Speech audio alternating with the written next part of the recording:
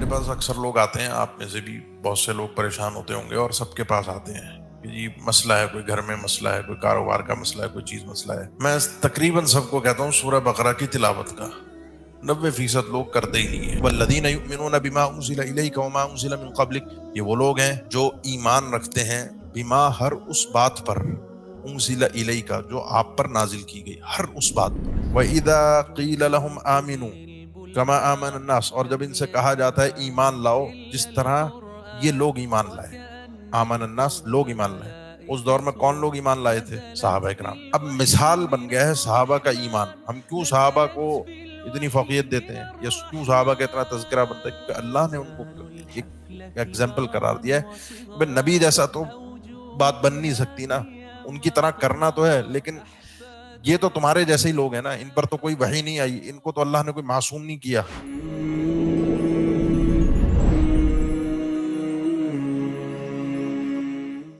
اعوذ باللہ من الشیطان الرجیم، بسم اللہ الرحمن الرحیم، الف لام میم، ذالک الکتاب لا ریب فیہ ھدی للمتقین۔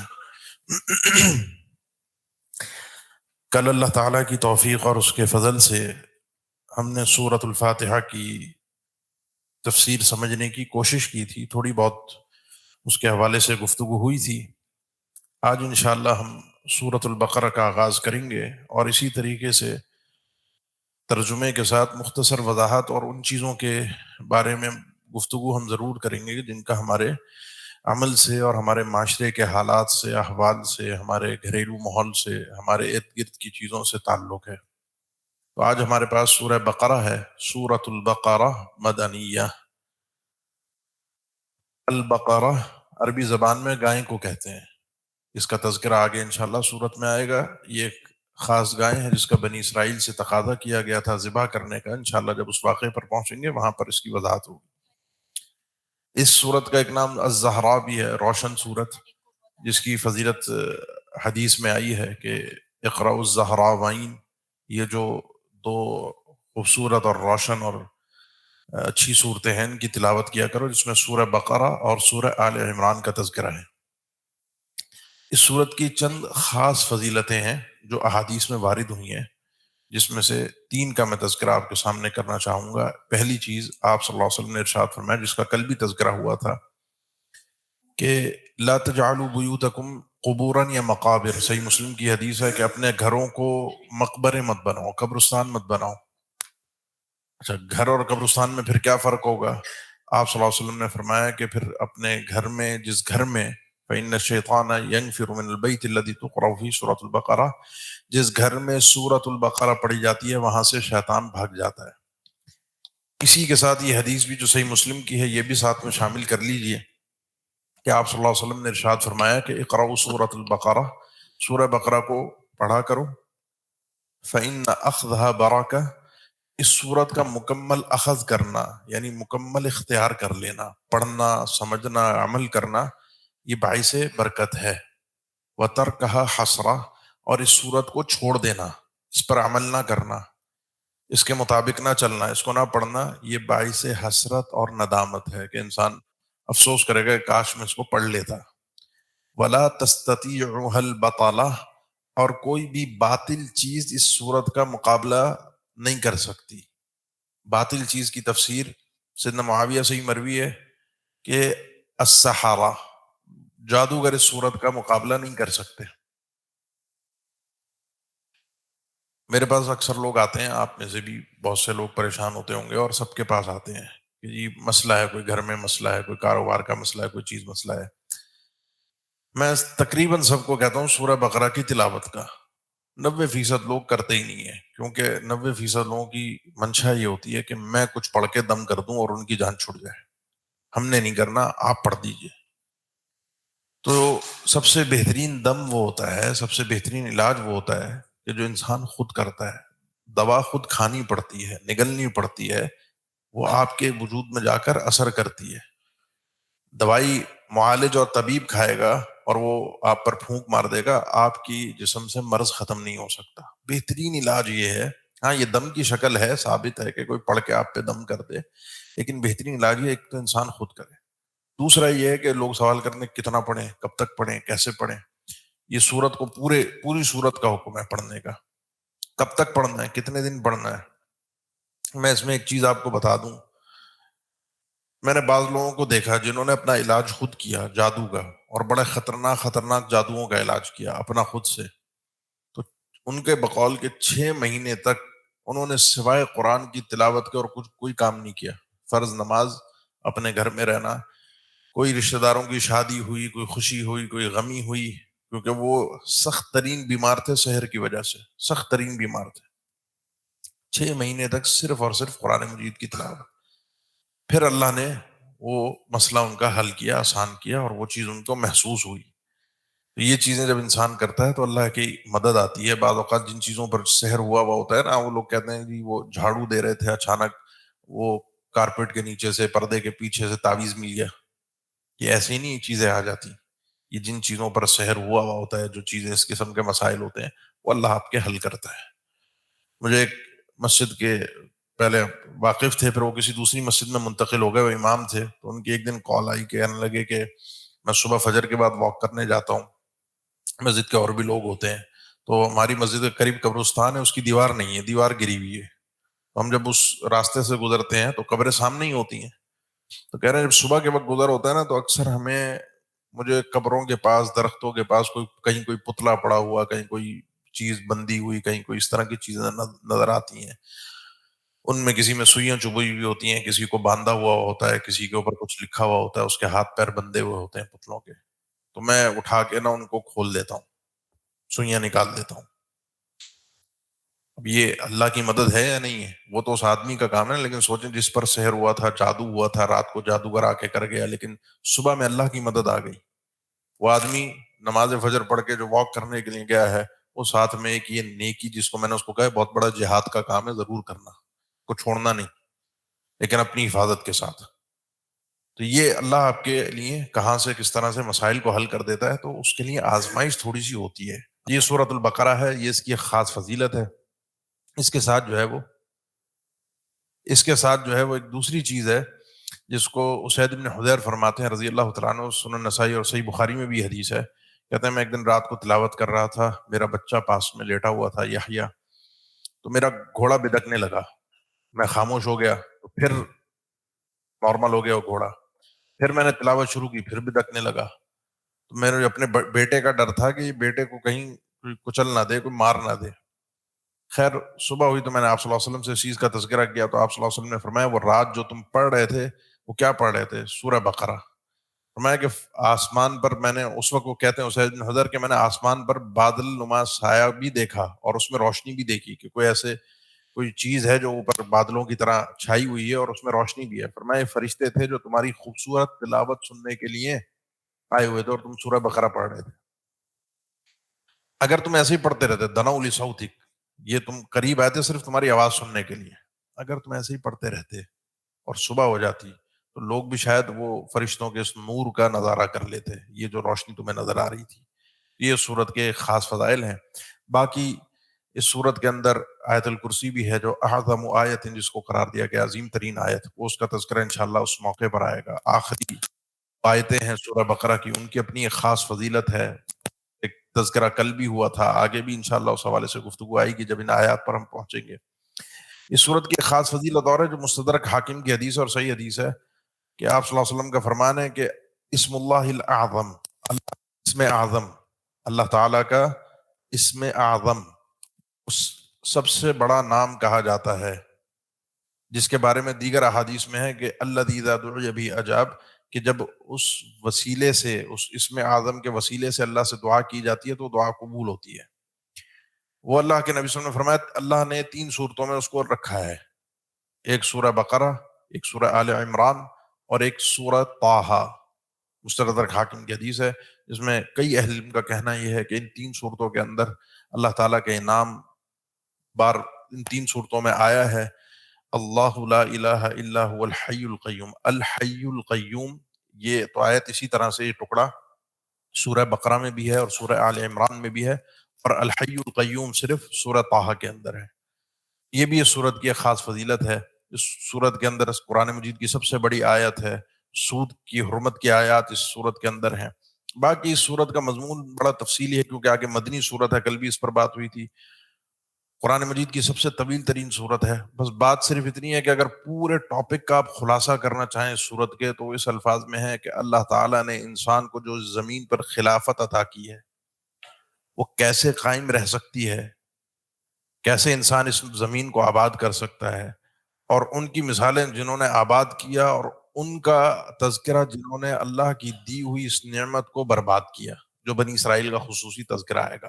باقی مضامین اسی کے گرد گردش کر رہے ہیں، جس کی انشاءاللہ گفتگو آتی رہے گی۔ تو آئیے سورت کا آغاز کرتے ہیں۔ بسم اللہ الرحمن الرحیم، الف لام میم ذالک الکتاب لا ریب فیہ ھدی للمتقین۔ الف لام میم، یہ 3 حرف ہیں، ان کو ہم نے پڑھا ہے الف لام میم کر کے، علم کر کے نہیں پڑھا۔ ان کو کہتے ہیں حروف ہجائیہ، جس طرح ہم بچے قاعدہ پڑھتے ہیں نا، الف با تا ثا، ہم ان حروف کو قرآن مجید کی بہت سی صورتوں میں، تو ان حروف کو اسی طرح الگ الگ کر کے پڑھا جاتا ہے۔ اس کی تفصیل میں بے شمار باتیں ہیں، بے شمار اقوال ہیں اہل علم کے۔ اس کا کیا معنی ہے نہیں ہے، اگر معنی ہے تو اس سے مراد اللہ ہے، اس سے مراد یہ قرآن مجید کی صورت کی کوئی خصوصیت ہے، اللہ کے نبی صلی اللہ علیہ وسلم کی کوئی خصوصیت ہے، یا معنی ہے تو وہ اللہ ہی بہتر جانتا ہے، ہمارے علم میں نہیں ہے، یا بالکل ہم خاموش رہیں، کچھ نہ کہیں اس کے معنی کے متعلق۔ یہ سارے اقوال ہیں۔ جو بات سمجھ میں آتی ہے مجھے، یعنی اس میں چونکہ اہل علم کے بہت سے اقوال ہیں، مجھے سے مراد یہ ہے کہ یہ بات جو ہے وہ شیخ صالح عثیمین رحمہ اللہ نے اس کو ذکر کیا، اور بات بڑی مجھے معقول لگی۔ امام مجاہد رحمہ اللہ کا قول ہے کہ یہ حروف ہجائیہ ہیں، الف لام میم، یہ اس طرح سے ہجے والے حروف ہیں، ان کا کوئی معنی نہیں ہے اپنا، یہ بس ایسے ہی سورت کے شروع میں ایسے ہی نہیں ہے، اس کی حکمت ہے، لیکن یہ اس طرح سے شروع میں، ان کی کوئی ترجمہ نہیں ہے، کوئی اس کا ترجمہ کیا جائے تو وہ ترجمہ نہیں ہے۔ باقی اس کو ذکر اس لیے کیا گیا کہ اللہ تعالیٰ نے چیلنج دیا کہ ایک صورت بنا کر لے آؤ، اور ایک صورت وہ انہی حروف پر جو جو تمہاری زبان میں بولے جاتے ہیں، یہ حروف ہجائیہ، اس جیسی کوئی صورت ہو تو تم اس قابل بھی نہیں ہو کہ اس جیسی کوئی صورت، کوئی چیز بنا کر لا سکو۔ بہرحال اس میں بہت تفصیلی کلام ہے اور گفتگو ہوتی رہتی ہے۔ ذالک الکتاب لا ریب فیہ، ذالک الکتاب، ویسے یہ اسم اشارہ ہے جو بعید کے لیے استعمال، دور کے لیے، وہ کتاب، لیکن مراد یہ کتاب ہے، یعنی مقام اور منزلت میں بہت اونچی۔ الکتاب، کتاب اردو میں بھی ہم لفظ کتاب کہتے ہیں، لیکن عربی زبان کی خصوصیت ہے کہ مصدر جو ہوتا ہے، کتاب ہے، قتال ہے، نضال ہے، یہ مصدر ہوتے ہیں جو دوسرے معنی میں بھی استعمال ہو جاتے ہیں۔ تو یہ کتاب بمعنی مکتوب کیا ہے، جس چیز کو لکھا گیا ہے، اور کئی مفسرین نے ذکر کیا ہے کہ اللہ کی طرف سے ایک معجزہ ہے اللہ کے نبی صلی اللہ علیہ وسلم کے لیے، کہ جس وقت یہ وحی نازل ہوئی اس وقت عام طور پہ کتابی شکل میں نہیں تھی، لکھوایا گیا تھا قرآن مجید کو، لیکن مکمل کتابی شکل میں اس کو بعد میں آنا تھا۔ البتہ جو اصل کتابی شکل تھی، جو فی صحف مکرمہ مرفوعۃ مطہرہ بایدی سفرہ کرام بررہ، جس کا تذکرہ سورہ عبس میں 30ویں پارے میں ہے، وہ اللہ کے پاس لوح محفوظ میں ہے، وہ اصل کتابی شکل کے اندر قرآن وہاں محفوظ ہے۔ تو یہ کتاب جو ہے قرآن مجید، لا ریب فیہ، اس میں ریب نہیں ہے۔ ریب کا اردو ترجمہ ہم پڑھتے ہیں شک، اور شک عربی زبان میں بھی استعمال ہوتا ہے، لیکن ریب را یا با، ایسے شک کو کہتے ہیں جس شک میں انسان مبتلا ہوتا ہے لیکن بے چین ہوتا ہے، مضطرب ہوتا ہے، اس کو حقیقت جاننی ہوتی ہے کیا ہے، وہاں وہ کھڑا نہیں رہ سکتا، 50-50 نہیں رہ سکتا، اس کو کہیں ایک طرف ہونا ہے۔ تو یہ کتاب ایسی ہے کہ جس کے اندر انسان کا ایسا کوئی شک شبے والی بات نہیں کہ جو اس کا نفس مطمئن ہی نہیں ہو رہا، وہ شک اور شبے بھی کی کسوٹی پر کھڑا ہوا ہے، ایسے اس میں ایک ذرہ بھی نہیں ہے۔ یہ آغاز کتاب ہے۔ ایک جگہ میں نے پڑھا تھا، وہ کہہ رہے تھے کہ کتابوں کے شروع میں لکھا ہوتا ہے، جب انسان کوئی بھی کتاب لکھتا ہے نا، تو اعتذار کرتا ہے بھائی اس میں کوئی کمی کوتاہی ہو، کوئی غلطی ہوتی ہے، انسان ہے۔ اللہ کی کتاب ہے، آغاز ہے، کوئی شک کوئی غلطی ہے ہی نہیں، ڈھونڈنے بھی نکلو گے نہیں ملے گی۔ یہ چیلنج ہے اللہ کا، یہ چیلنج ہے، کیونکہ کتاب صنع اللہ الذی اتقن کل شیء، وہ خود اس کی ذات کمال والی ہے، تو اس کی بات، اس کا کلام کیسے کمال والا نہیں ہوگا؟ تو کوئی شک نہیں ہے۔ ہدن، ہدایت ہے۔ آپ نے پیچھے سوال کیا تھا اللہ سے، سورہ فاتحہ میں نے تذکرہ وہاں بھی کیا تھا، اہدنا الصراط المستقیم، صراط مستقیم کی راہ چاہیے۔ اللہ نے کہا یہ راہ ہے، یہ کتاب راہ دکھا رہی ہے، یہی اللہ نے راہ دکھائی ہے۔ جس کو اللہ کی طرف سے راہ چاہیے، ہدایت چاہیے، وہ یہ کتاب ہے، لیکن اس کے لیے اس کتاب کے قابل بننا پڑے گا۔ ہر انسان اپنی مرضی سے اپنی خواہش کے مطابق مسئلہ اس کتاب سے نکال سکتا ہے. یہودیوں کو بھی اگر آپ پڑھیں مسلمانوں کو قائل کرنے کی کوشش کرتے ہیں اس کتاب سے آپ کو دلائل دے دیں گے. عیسیٰ علیہ السلام کے خدا ہونے کے، عیسیٰ علیہ السلام کی وفات کے، عیسیٰ علیہ السلام کے متعلق جو خدائی ان کے دعوے قرآن سے دلائل آپ کو نکال کے دے دیں گے. ہر انسان کو اپنے مطلب کی چیز مل جائے گی. لیکن جب وہ تقویٰ کہتے ہیں انسان اپنے دائرہ خواہشات سے باہر آ جائے، جو وہ چاہتا ہے، جو اس کو مزہ آ رہا ہوتا ہے، اس سے تھوڑا سا باہر نکلے، اللہ کے حکم کو اپنے اوپر نافذ کر دے. اور پھر کامل مومن وہ اس وقت ہو جاتے ہیں جب اس کی خواہش ہی اللہ کے احکامات بن جاتے ہیں. اس کو مزہ آ رہا ہوتا ہے نماز میں، اس کو مزہ آ رہا ہوتا ہے اللہ کی عبادت میں. تو یہ ہدایت ہے متقین کے لیے. ویسے ہدی للناس بھی آگے آئے گا، اب سورہ بقرہ میں آگے چل کے ہمارے پاس ہی تذکرہ آئے گا انشاءاللہ. رہنمائی تو ساری انسانیت کی ہے، فائدہ اٹھانے والے یہ لوگ ہوتے ہیں. یہ لوگ کون ہیں؟ متقین کون ہیں؟ بے شمار تعریفات ہیں، بے شمار گفتگو ہے. اللہ نے یہاں تعریف کی ہے متقین کی، اور تعریف کا ایک طریقہ یہ ہوتا ہے، وضاحت کا ایک طریقہ یہ ہوتا ہے کہ اس چیز کے اوصاف ذکر کر دیں. بے شمار طریقے ہیں تعریف کرنے کے، ہر چیز کو واضح کرنے کے. کبھی آپ اس چیز کی الٹ چیز کو ذکر کر دیتے ہیں. آگے آئے گا ابھی ہمارے پاس کہ جی صلاح کی ضد فساد ہے، اصلاح کی ضد فساد ہے. کسی چیز کو دن کیا ہے بھئی، رات کے الٹ ہے. مختلف طریقے ہیں. تو یہاں صفات کے ذریعے سے اللہ تعالیٰ نے واضح کیا ہے. صفات کیا ہے متقین کی؟ الذین یؤمنون بالغیب، وہ لوگ جو غیب پر ایمان رکھتے ہیں. یؤمنون، وہ ایمان لاتے ہیں غیب پر. ایمان ہے انسان کا زبان سے اقرار کرنا، دل سے تسلیم کرنا، اپنے عمل سے اس چیز کی گواہی دینا. ان تین چیزوں کے مرکب کا نام ایمان ہے. تصدیق بالقول، اقرار باللسان، تصدیق بالقلب، وعمل بالجوارح. تین چیزیں ہیں. انسان زبان سے بھی اقرار کرے، دل سے بھی تصدیق کرے، اور اپنے عمل سے اس کی گواہی پیش کرے. غیب پر ایمان. غیب کہتے ہیں جو انسان کے چیز پردے میں ہے، ما وراء العقل ہے، ما وراء الحس ہے. جو چیزیں ما وراء الحس ہوتی ہیں ان کو انسان، ما وراء العقل ہوتی ہیں، غیب ہوتا ہے، اس کو اپنی عقل سے نہیں سمجھ سکتا. بھئی میری پیدائش سے پہلے میں کہاں تھا، کیا چیز تھا، کیا ہو رہا تھا، بگ بینگ سے پہلے کیا تھا، نہیں سمجھ سکتا انسان. بگ بینگ تک تو پہنچ گیا لیکن اس سے پیچھے نہیں جا سکتا، کیونکہ نظر آ رہا ہے، بس مشاہدہ ہے. جہاں تک آگے آئے گا انشاءاللہ گفتگو آئے گی. علم جو ہے وہ انسان کا حواس سے چلتا ہے، عقل ساری حواس پر بنتی ہے. تو حواس سے انسان جہاں تک پہنچتا ہے بس وہاں تک ہے. اب مرنے کے بعد جو احوال ہیں وہ سارا غیب ہے. آخرت پر ایمان، یہ وہ، قبر، حساب و کتاب، جنت جہنم، سارا غیب ہے. اس کو اگر آپ اپنی آج کی عقل سے سمجھیں گے تو بات نہیں بن سکے گی. ماضی کو اپنی آج کی عقل سے سمجھیں گے، بات سمجھ میں نہیں آئے گی. میری آج کی عقل ہے، میری عمر مثال کے طور پہ آج 35-40 سال ہے. 60 سال کی عمر میں اپنی آج کی عقل پہ خود ہنس رہا ہوتا ہوں. میں نے یہ بات کہی تھی، یہ بات میں سمجھتا تھا، مجھے خود آج سمجھ میں آئی ہے. اور اگر اللہ آگے کوئی عمر دے عقل والی، 70-80 میں جا کر میں اپنی 60 والی پہ ہنس رہا ہوں گا. 100 سال بعد جو لوگ آئیں گے وہ ہم پہ ہنس رہے ہوں گے، یہ پتہ نہیں کیسے لوگ تھے، کیا کیا باتیں کر کے، کیا کیا مفروضے بنا کے چلے گئے. اور ہم ان مفروضوں پر، اس عقل پر غیب کو سمجھنے کی کوشش کر رہے ہیں.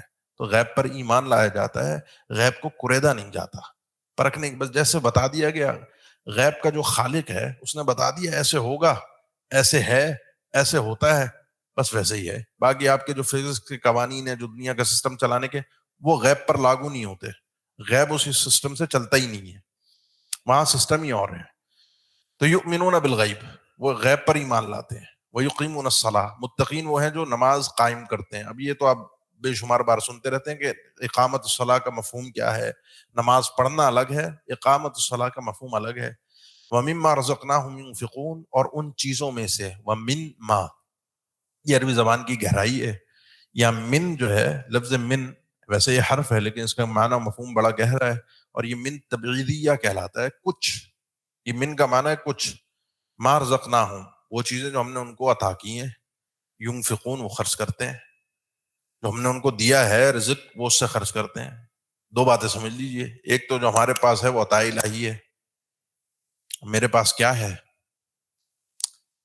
یہ ہمارے ایک پہلے وزیر خزانہ تھے نا، وہ ایک ان کا کلپ وائرل ہوا تھا کہ ان کی بیٹی نے آئس کریم لیتے ہوئے ایک سوال کیا، ایک مانگنے والی بچی آگے کہ پاپا یہ مانگ کیوں رہی ہے؟ وہ اس نے بھی روتے ہوئے بات کی، یہ مانگ اس لیے رہی ہے، اور تم مانگ اس لیے نہیں رہی کیونکہ تم میرے گھر پیدا ہوئی، وہ کسی غریب کے گھر پیدا ہوئی ہے. تم میرے ساتھ اس بڑی گاڑی میں بیٹھی ہو کیونکہ میں بھی ایک سیٹ کے گھر پیدا ہوا. اب میں اگر کسی غریب کے گھر پیدا ہوا یا کسی سیٹ کے گھر، کسی بڑے آدمی کے گھر، تو میں نے تو اختیار نہیں کیا تو میرے والدین کون ہونے چاہیے. یہ بھی ایک عجیب بات آ گئی. تو میں ایک 2-3 سال پہلے خبر پڑی کہ پتہ نہیں کس ملک میں ایک انسان نے اپنے ماں باپ پہ مقدمہ کر دیا کہ انہوں نے مجھے پیدا کیوں کیے. یہ میرے ماں باپ کیوں ہیں، بس اس پہ مقدمہ ہے. میں تو ان کو ماں باپ پہ نہیں چاہتا. تو بہرحال یہ تماشے ہیں دنیا کے.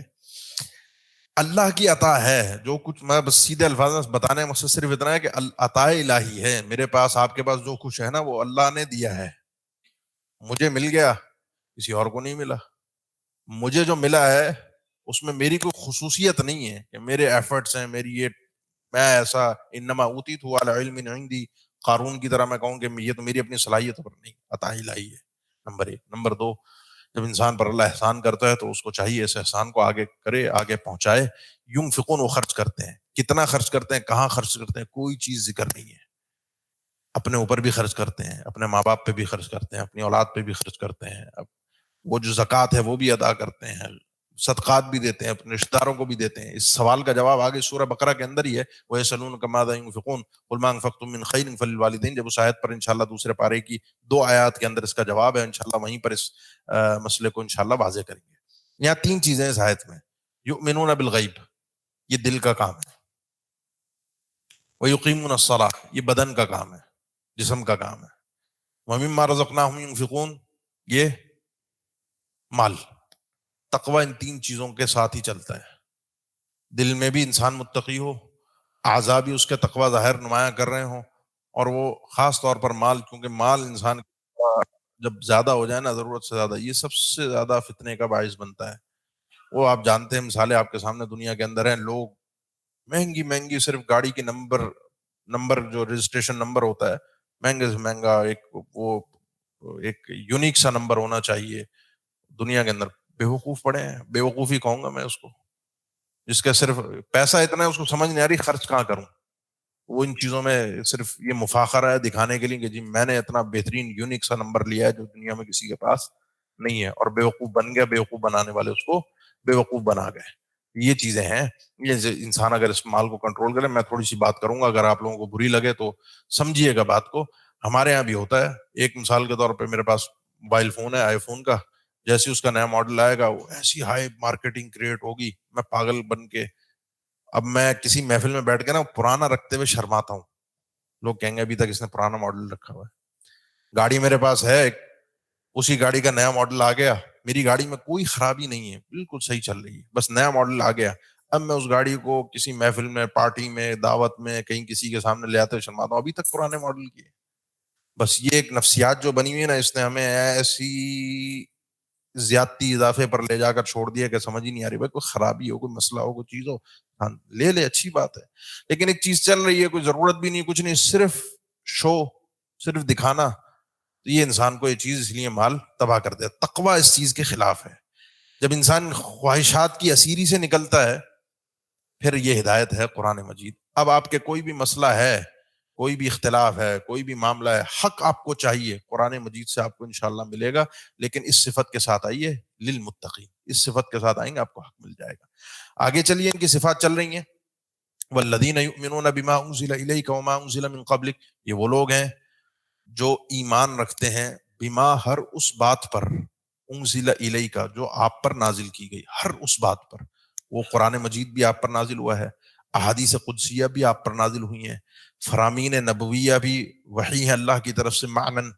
اور اللہ نے ہمیں یہ کہہ دیا کہ جو نبی کریم صلی اللہ علیہ وسلم کہہ رہے ہیں اس کو تم نے کرنا ہے، ان کی اطاعت ہے، ان کے پیچھے چلنا ہے. اس بحث کو چھوڑ دو کہ وہ اللہ کی طرف سے آئی ہے بات، نہیں آئی، وہ دین ہے، دنیا، تم نے کرنا ہے. ہاں کہیں وضاحت آ جائے کہ وہ دنیا ہے تو پھر تمہیں اختیار ہو جاتا ہے. جب تک وضاحت نہیں آئی تو بس تم نے اس کے پیچھے چلنا ہے. اللہ کے نبی صلی اللہ علیہ وسلم نے نماز میں جوتیاں پہنی ہوئی تھیں، آغاز کیا نماز کا، سب نے پہنی ہوئی تھی. آپ نے کچھ آغاز کیے، تھوڑی دیر بعد ہی اتار دی، سب نے اتار دی نماز میں. آپ صلی اللہ علیہ وسلم نے نماز کے بعد پوچھا بھائی تم نے کیوں اتاری؟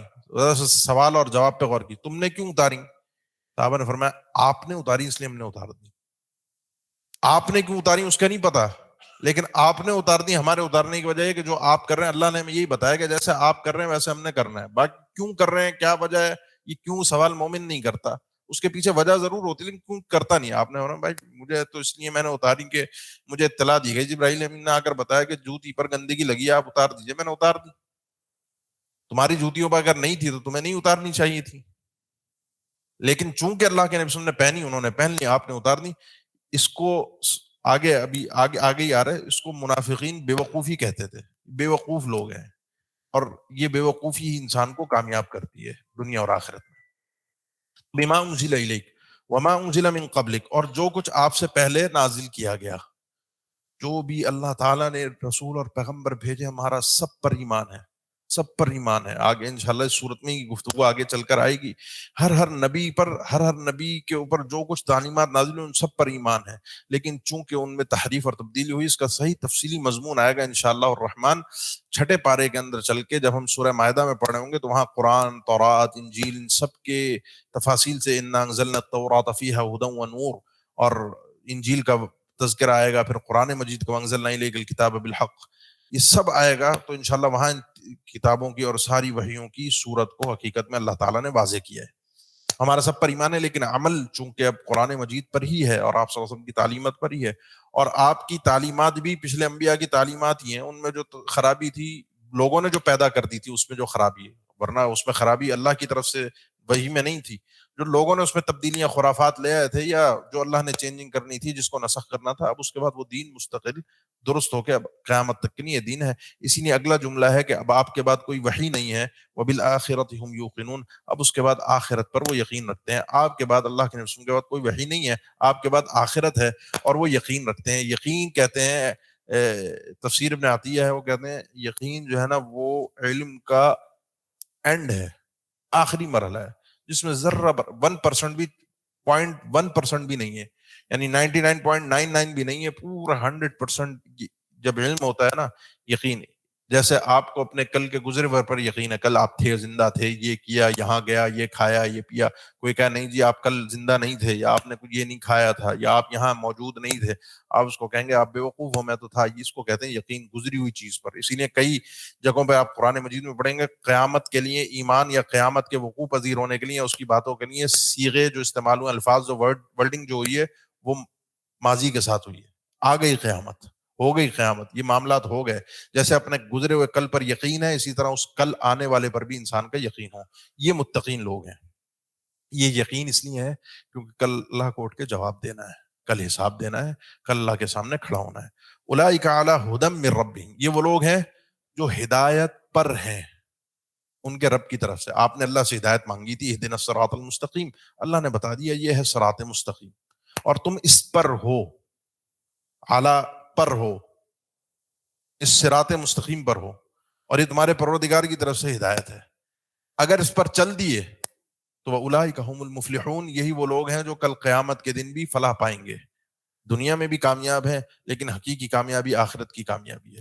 یہ مومن ہے جن کا 5 آیات میں تذکرہ ہوا ہے, جو وہ لوگ تھے صراط الذین انعمت علیہم, ان کا تذکرہ ان 5 آیات میں ہوا ہے. اب ہے غیر المغضوب علیہم ولا الضالین, 2 آیات میں بات نپٹا دی. ان الذین کفروا, اگلی 2 آیات کافروں کے متعلق ہیں, وہ لوگ جنہوں نے کفر کیا. کفر کہتے ہیں ایمان کی وضاحت ہو گئی. ایمان کا مطلب اللہ کی مکمل مان لی, دل جان سے اور زبان سے اقرار کہہ دیا, عمل کر کے دکھایا. کافر وہ ہے جو کہتا ہے میں اللہ کو یا اللہ کی نہیں مانتا, کھل کر کہتا ہے میں نہیں مانتا اللہ کی. اس کو پتہ ہے اللہ کا کلام ہے, اس کو پتہ ہے اللہ کا حکم ہے, اس کو پتہ ہے اللہ کی بات ہے, لیکن وہ کہتا ہے میں نہیں مانتا. یہ آدمی کافر ہے. وہ چاہے کلمہ پڑھنے والا کیوں نہ ہو. کلمہ کون سا؟ یہودی بھی تھے, کلمہ گو تھے, عیسائی بھی تھے, وہ بھی اپنا کلمہ پڑھتے جو ان کو اللہ نے عطا کیا تھا, لیکن انہوں نے چونکہ نبی کریم صلی اللہ علیہ وسلم کو نہیں مانا, یعنی اللہ کی نہیں مانی اپنی مرضی کے مطابق, اس لیے وہ کافر ٹھہرے. کفروا سواء علیہم, تو اللہ کے اسم برابر ہے ان پر. انذرتہم, کہ کیا آپ ان کو ڈرائیں, ام لم تنذرہم, یا آپ نہ ڈرائیں, لا یؤمنون, یہ ایمان نہیں لائیں گے. یعنی آپ ان کو تبلیغ کریں یا نہ کریں, انہوں نے ایمان نہیں لانا. 2 باتیں ہیں اس میں. ایک تو اللہ کے نبی کو تسلی ہے کہ آپ ٹینشن نہ لیں, کچھ اس میں سے ایمان نہیں بھی لائیں گے, اور اس کا یہ معنی نہیں ہے دوسری بات کہ اللہ کے نبی صلی اللہ علیہ وسلم تبلیغ نہیں کریں گے، کیونکہ کچھ بڑے ہی ہٹ دھرم قسم کے تھے، کچھ آپ دیکھتے ہیں نا آج کے دور میں بھی آپ کو نظر آتا ہے کہ پکا کافر ہے، پکا کافر ہے، یعنی کوئی ایسے ملک کا وہ مطلب کوئی پریزیڈنٹ ہے، کوئی اس کا بڑا لیڈر ہے اور اس نے مسلمانوں ملک کے ملک تباہ کیے ہیں، ڈھا دیے اور پکا کافر ہے، آپ کو سمجھ میں آ جاتی ہے۔ بہرحال کوشش تو انسان کرتا ہے تبلیغ کی، پہنچائے تو صحیح، لیکن پتہ ہوتا ہے کہ یار فائدہ نہیں ہے۔ تو ایسے کچھ لوگ تھے، ابو جہل تھا، ابو لہب تھا، تذکرہ قرآن مجید کے اندر ان لوگوں کا موجود ہے، نہیں لائیں گے، لیکن آپ نے تبلیغ پھر بھی کرنی ہے، آپ نے دین پھر بھی پہنچانا ہے، کیونکہ بہت سے لوگ اور دوسرے ہوں گے وہ ایمان لائیں گے۔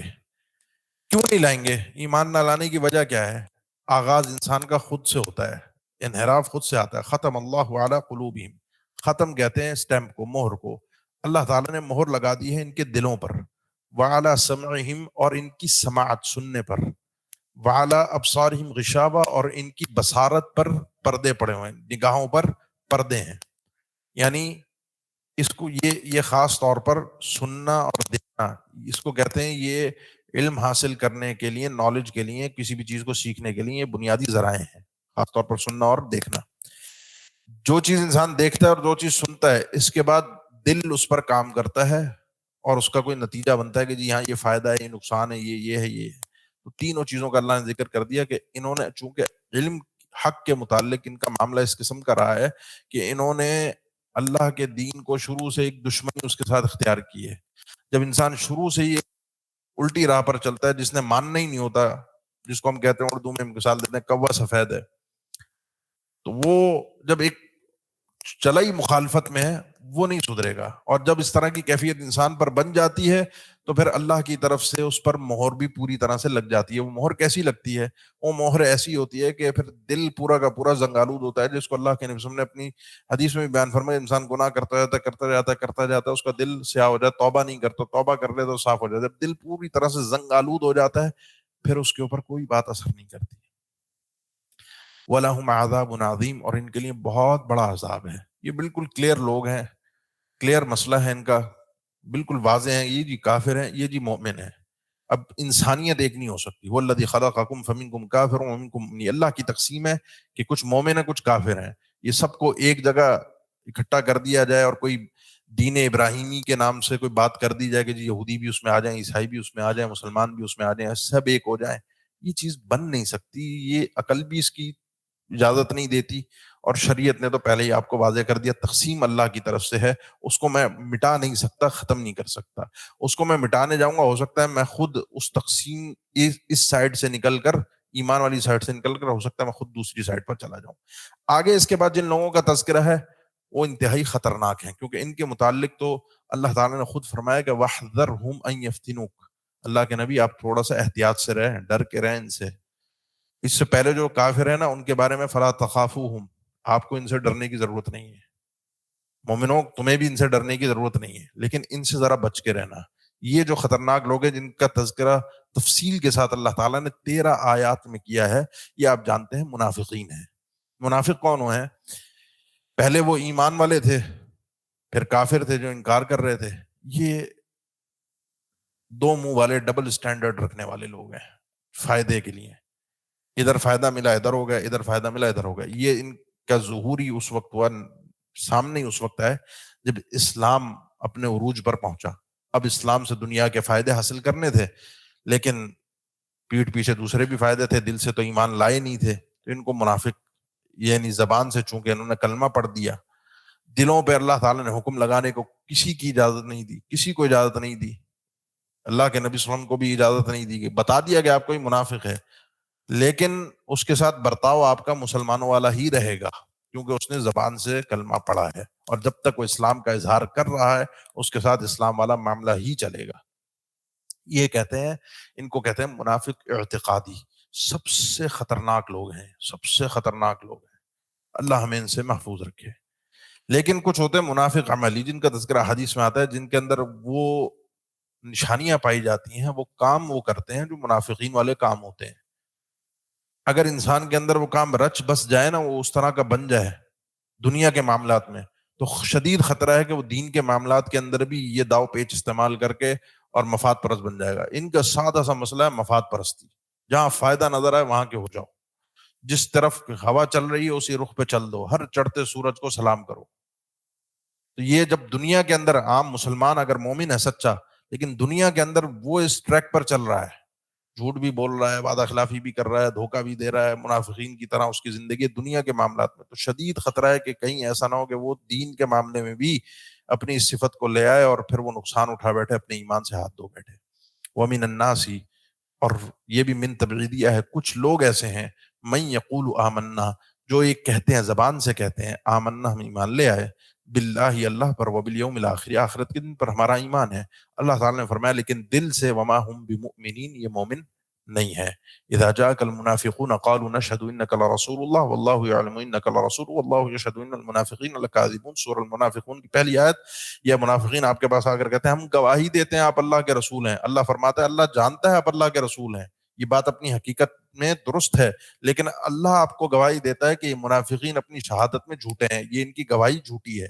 آپ اللہ کے رسول ہیں لیکن یہ جھوٹ بول رہے ہیں، یہ آپ کو دل سے اللہ کا رسول تسلیم نہیں کرتے. وما ہم بمؤمنین. اب یہ کر کیوں رہے ہیں؟ دنیاوی فائدے کے لیے. یخادعون اللہ، یہ دھوکہ دے رہے ہیں اللہ کو، والذین آمنوا، اور لوگوں کو جو ایمان لائے. بیوقوف بنانا چاہتے ہیں، دنیا کے فائدے سمیٹنا چاہتے ہیں، مال غنیمت بھی لینا چاہتے ہیں. اسلام کے عاصم من دماءہم اموالہم، اسلام کی وجہ سے ان کی جان اور مال کی حفاظت اسلامی حکومت کی بن گئی ہے. اسلامی حکومت کی وجہ سے، اسلام میں رہنے سے ان کو کوئی ٹیکس بھی نہیں دینا، جزیہ نہیں دینا، بہترین مسلمانوں والی سہولتیں ان کے لیے ہیں. اللہ تعالیٰ نے فرمایا لیکن حقیقت کیا ہے؟ وما یخدعون الا انفسہم، یہ لوگ نہیں دھوکہ دے رہے مگر اپنے ہی نفسوں کو، اپنے آپ کو دھوکہ دے رہے ہیں. وما یشعرون، ان کو اس چیز کا شعور تک نہیں ہے، پتہ تک نہیں ہے کہ کر کیا رہے ہیں. کیوں؟ کیونکہ ایک انسان مجھے دھوکہ دے رہا ہے اور مجھے پتہ ہے مجھے دھوکہ دے رہا ہے، میں اس کے ساتھ کھیلتا جاتا ہوں کہ تو مجھے بیوقوف بناتا رہے، لیکن اینڈ میں جہاں مجھے پوری طرح سے تو نے نقصان پہنچانا ہوگا وہاں میں پلٹا کھا جاؤں گا، تیری ساری محنت ضائع ہو جائے گی.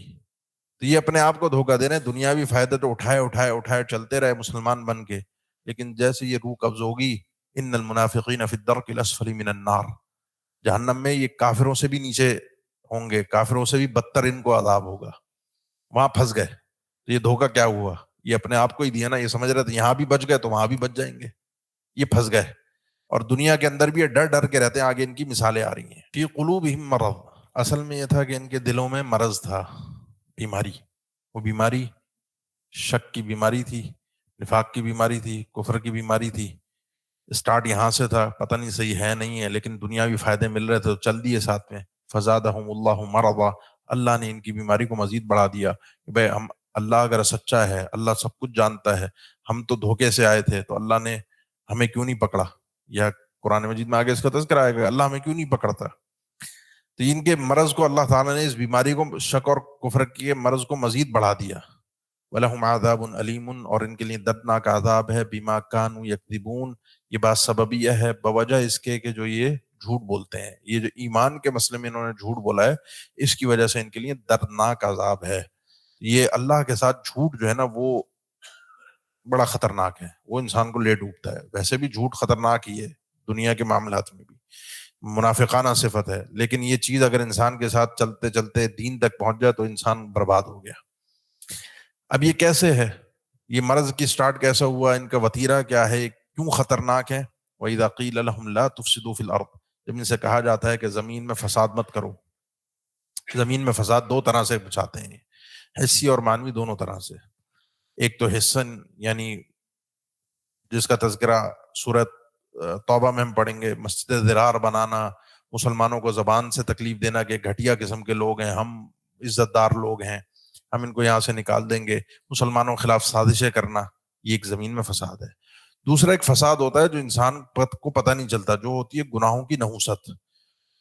گناہوں کی نحوست کی وجہ سے انسان اپنے گھر میں بھی اس کو محسوس کرتا ہے، محسوس نہیں کرتا لیکن وہ عذاب اس کے اوپر ہوتا ہے. گناہ کی نحوست ہوتی ہے کہ گھر میں اطمینان سکون ختم ہو جاتا ہے، کام کاج میں اطمینان سکون ختم ہو جاتا ہے، اپنے میل جول والوں سے.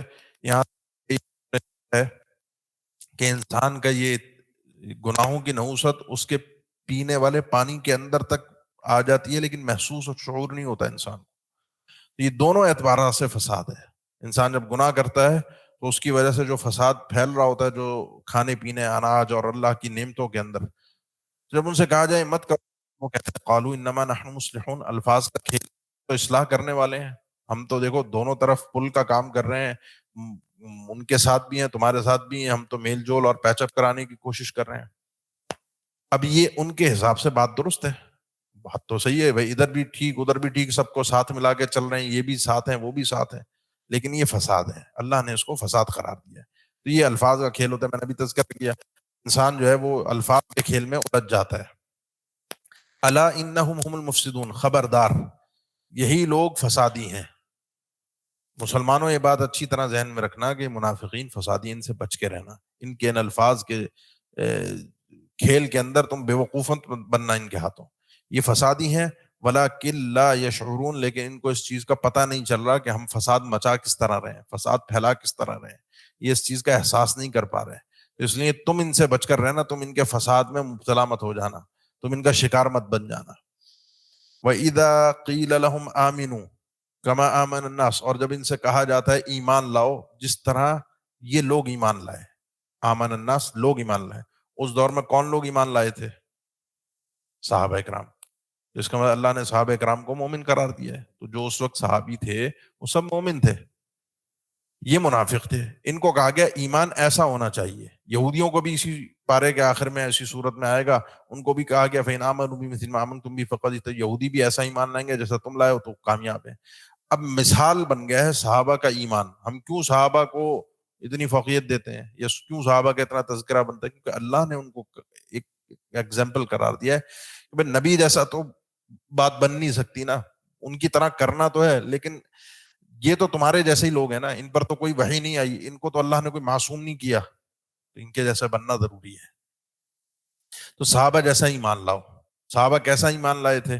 وہ اگلے جملے میں آ رہے تو کہتے ہیں، جواب دیتے ہیں انؤمن، کیا ہم ایمان لائیں، کما آمن السفہاء، جس طرح یہ بے وقوف لوگ ایمان لائے. سفہاء سفیہ سے ہے، سفیہ صفہ جہل کو کہتے ہیں، انسان کی عقل پر جب پردہ پڑ جائے، اس کو سمجھ میں نہ آ رہا ہو.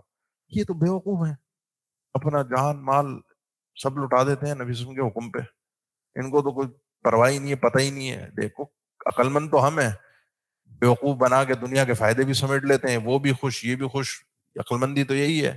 آج کے دور میں عقل مند آدمی وہی ہوتا ہے نا، سب سے بڑا مکار ہو، سب سے بڑا بیوقوف بنانے والا ہو، سب سے بڑا لوگوں کو دھوکہ دینے والا ہو. ہم سمجھتے ہیں سب سے بڑا جھوٹا ہو، وہ عقل مند ہے. اور جو سچ بولنے والا ہو، جو ایماندار ہو، ہم بھی یہی کہتے ہیں، کاروبار میں بھی ویسے بھی دنیا کے معاملات میں جو سچ بولتے ہیں، بیوقوف آدمی ہے، یہ بیوقوف ہیں، ہم ان کی طرح کیوں ایمان لائیں؟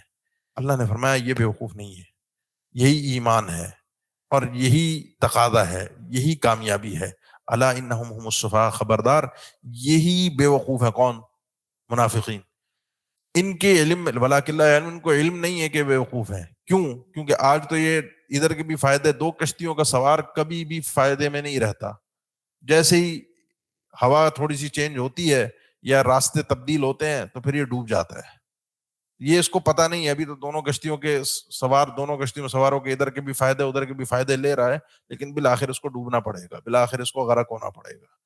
لہذا ایک کشتی میں سوار، اور وہ کشتی جو انسان کو خاص طور پر آخرت کا فائدہ پہنچائے، یہ انسان کے لیے عقل مندی ہے. بھائی دیکھیں، میں آج بیمار ہوں، مجھے ڈاکٹر کہتا ہے آپریشن ہوگا، خطرناک آپریشن، کو بائی پاس ہوگا، کوئی سرجری ہوگی، یا کوئی کینسر کا علاج ہے جس میں آپ کی اپنا لیزر سے علاج ہوتا ہے، بے شمار جس میں شدت کی تکلیف ہے، شدت کی تکلیف ہے. میں برداشت کرتا ہوں. کیوں؟ کیونکہ اس تکلیف کے بعد مجھے یہ سمجھ میں آ رہی ہوتی ہے بات کہ میری چانس ہے کہ میرے اب زندگی آگے سہولت والی ہو جائے گی، اس بیماری سے مجھے اس تکلیف سے نجات مل جائے گی، اس کے لیے میں تھوڑی زیادہ تکلیف اٹھاؤں. عقل مندی کیا ہے؟ آخرت کی جو اصل زندگی ہے اس کے لیے انسان تھوڑی سی تکلیف اٹھا لے، تھوڑی سی قربانی دے لے، تھوڑا سا اپنی خواہشات کو دبا لے، اللہ کے حکم کو اپنے اوپر نافذ کر لے. تو عقل مندی کیا ہے؟ عقل مندی پھر یہ ہے کہ انسان اپنی آخرت کو، آخرت کے اصل فائدے کو، ہمیشہ باقی رہنے والے فائدے کو فوقیت دے اس دنیا کے دھوکے والے فائدے پر. تو یہ عقل مندی ہے. باقی اس کو دنیا کا آج کا چلتا پھرتا فائدہ نظر آ رہا ہے، موج مستی کر کے زندگی گزار لی، یہ انسان مارا جائے گا. انشاءاللہ آپ سے ملاقات ہوتی رہے گی. السلام علیکم ورحمۃ اللہ. اللہ وبرکاتہ۔ دینداروں کا مذاق اڑانا یہ ایک شروع سے وتیرہ چلتا ہے۔ اگر آپ نوح علیہ السلام کے زمانے سے دیکھیں آج تک دیندار طبقے کا ایک مذاق اڑایا جاتا ہے کہ کم عقل، جاہل، گھٹیا، بیکار، غریب، ناسمجھ، بے وقوف لوگ ہیں۔